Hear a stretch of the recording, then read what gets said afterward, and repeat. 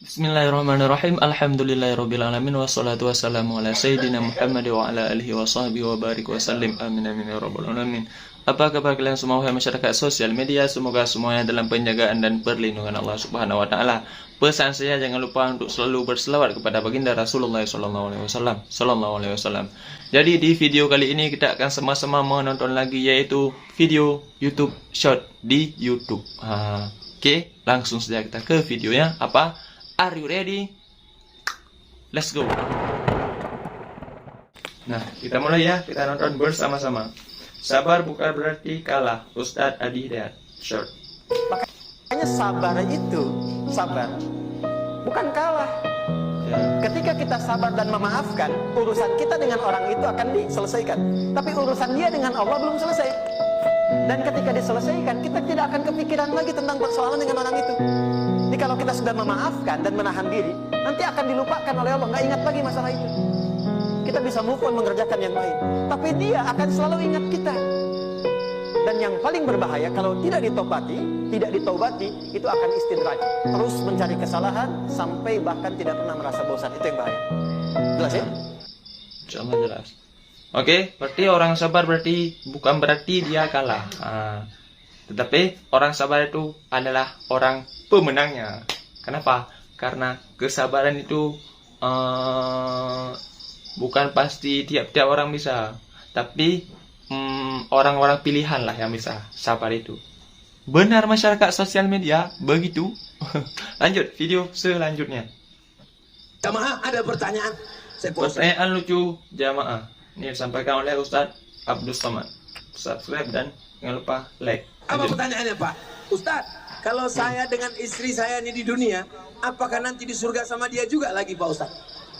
Iyalah, saya bilang. Sama siapa lagi? Alah, Pak Ustadz.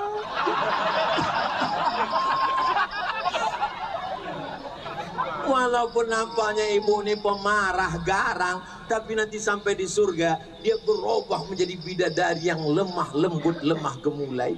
Sampai nyamuk pun tak mati dipukulnya, Pak. Saking kan lemah lembutnya. Iya kan, Bu? Seandainya bapak ini meninggal, mau ibu ikut? Enggak. Jelas, Pak? Jelas? Kurang jelas? Kalau bapak ini mati, mau ibu ikut? Jelas? Jangan kalian sangka mereka nanti ikut. Walaupun katanya, abang sehidup semati. Maksudnya aku hidup kau mati. Jamaah, ada pertanyaan. Oke, lucu. Jadi begitu ya. Makanya para istri atau para suami berbaik-baiklah sesama keluarga ataupun sesama pasangan. Oke, nanti semoga orang baik dipertemukan sama orang baik dan kelak bersama-sama di dalam surga ya Allah. Oke, lanjut video selanjutnya. Alasan wajah Nabi. Kisah Rasulullah. Kenapa wajah Nabi Muhammad tidak boleh dilukis? Nah, ini ya penjelasannya kenapa ya. Kita like dan subscribe. Lanjut. Nabi Muhammad Sallallahu Alaihi Wasallam tidak boleh ditampilkan karena. Nah, berikut alasannya. Mengapa wajah Nabi Muhammad tidak boleh dilukis? Saat Nabi Muhammad Sallallahu Alaihi Wasallam hidup, tidak ada seorang pun yang pernah melukis wajahnya, dan juga kamera foto belum lagi ditemukan. Dan dengan masalah itu sebenarnya kita harus bangga, sebab keharaman menggambar wajah Nabi Muhammad Sallallahu Alaihi Wasallam justru merupakan bukti otentik betapa Islam sangat menjaga asal originalitas sumber ajarannya. Dari Aisyah radhiyallahu anha, dia berkata ketika Nabi Sallallahu Alaihi Wasallam sakit, sebagian istri beliau menyebut-nyebut sebuah gereja yang mereka lihat di negeri Habasyah yang disebut dengan Maria, Ummu Salamah dan Ummu Habibaran pernah mendatangi negeri Habasyah. Mereka menyebutkan tentang kebagusannya dan gambar-gambar yang ada di dalamnya. Maka beliau pun mengangkat kepalanya, lalu bersabda, itulah orang-orang yang bila ada orang solih di antara mereka yang mati, mereka membangun masjid di atas kuburannya. Alasan wajah Nabi Muhammad. Jadi begitu ya penjelasannya ya. Lanjut video selanjutnya. Zaman Umar bin Khattab. Kenapa hidup susah terus, Ustadz Hanan At-Taqi? Dengar ya. Ada seorang laki-laki yang hidupnya susah banget. Usaha apa aja gagal, rugi, sakit-sakitan, keluarganya tuh berantakan, nggak ada kebaikan dalam hidup dia. Sampai ketika dia sakit keras, Umar datang kepada dia dan bertanya, apa yang membuat kamu jadi hidup kayak gini? Apa kata dia? Ya Amirul Mukminin, dulu saya pernah menzalimi seseorang dan waktu itu saya mendengar dia berdoa dan doa orang yang terzalimi itu tidak ditolak oleh Allah SWT. Dan inilah buah dari doa dia sehingga sejak dia mendoakan saya sampai hari ini hidup saya susah aja, nggak ada solusinya. Makanya hati-hati dengan ketidaksengajaan kita, apalagi sengaja. Banyak istighfar, banyak berbuat baik. Tebuslah kesalahan kita dengan sedekah, tebus kesalahan kita dengan memaafkan orang lain, tebus kesalahan kita dengan membantu orang lain. Itu cara-cara kita nebus kesalahan kepada orang yang kita udah gak kenal. Kalau masih kenal, coba berusaha untuk minta maaf dia. Udah minta maaf gak dimaafkan? Nah, serahkan itu kepada Allah. Yang penting kita udah ikhtiar. Zaman Umar bin Khattab.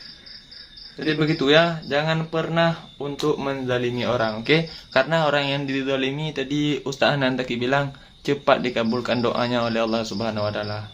Jangan pernah menzalimi orang. Berbuat baiklah kepada sesama manusia.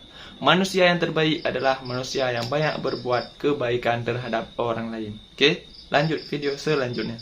Kalau yang namanya Yusuf Hamka, lunasilah hutang kita sebelum meninggal. Oke, kita dengarkan ya sama-sama ya. Pesan dari Pak Yusuf Hamka. Lanjut. punya utang, terus meninggal kita mati, belum dibayar. Itu gentayangan kita punya arwah. Nggak bisa masuk surga atau neraka aja nggak bisa. Jadi harus lunas dulu utangnya.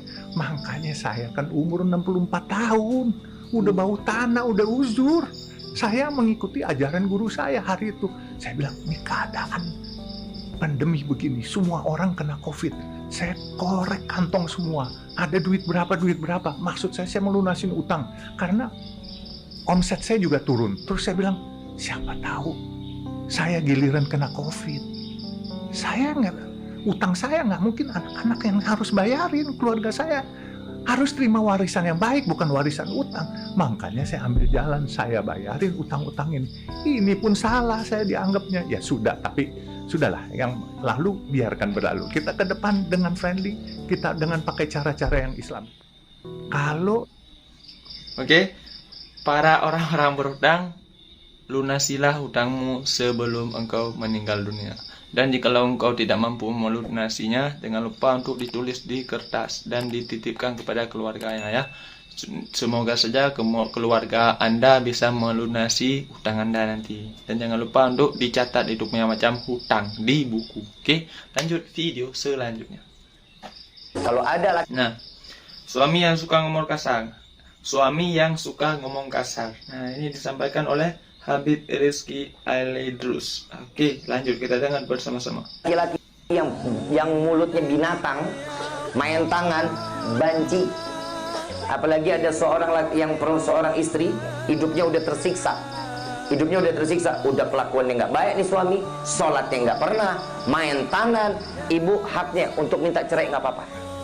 Haknya. Kenapa? Karena dia udah jauh dari syariat. Karena di dalam syariat seorang suami memukul istrinya boleh, tapi tidak membuat bekas. Telapak tangannya pukul, betisnya pukul.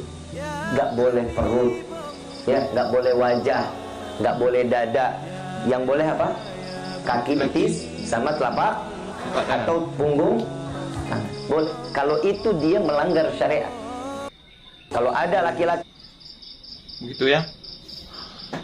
Pesan kepada istri-istri yang suaminya kasar itu udah disampaikan tadi oleh Habib Al-Idrus. Itu pilihan kepada anda semua. Dan pesan kepada suami-suami yang kasar, bertobatlah kalian. Janganlah berlaku kasar kayak gitu. Kasihan itu anak orang kan. Kita ambil dari rumahnya baik-baik, ya kan? Mamanya dia kasih kepada kita baik-baik. Masa sih kita pukul dia?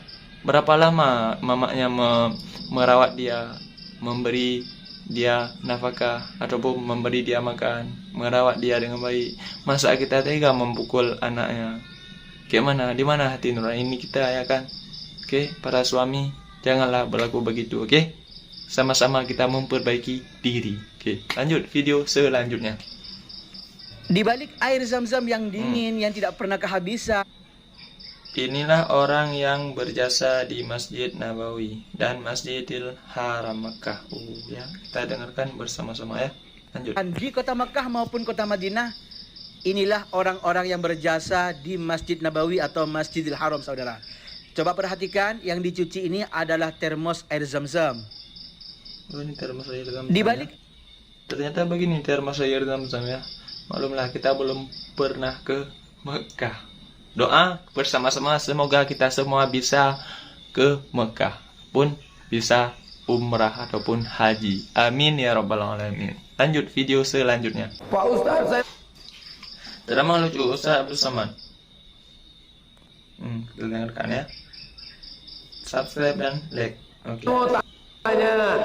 Setelah saya dengar ceramah Ustaz, saya mau tanya. 2 kali diulang. Pak Ustaz, saya mau tanya.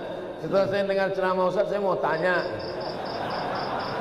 Terburu-buru nih kayaknya Ustaz. Tujuan hidup di dunia ini harusnya seperti apa, Pak Ustaz? Untuk apa kita di dunia ini, Pak Ustaz? Biasanya pertanyaan orang macam ini dia udah di tepi jembatan. Bunuh diri. Untuk apa hidup ini? Udah streaming. Untuk apa hidup ini?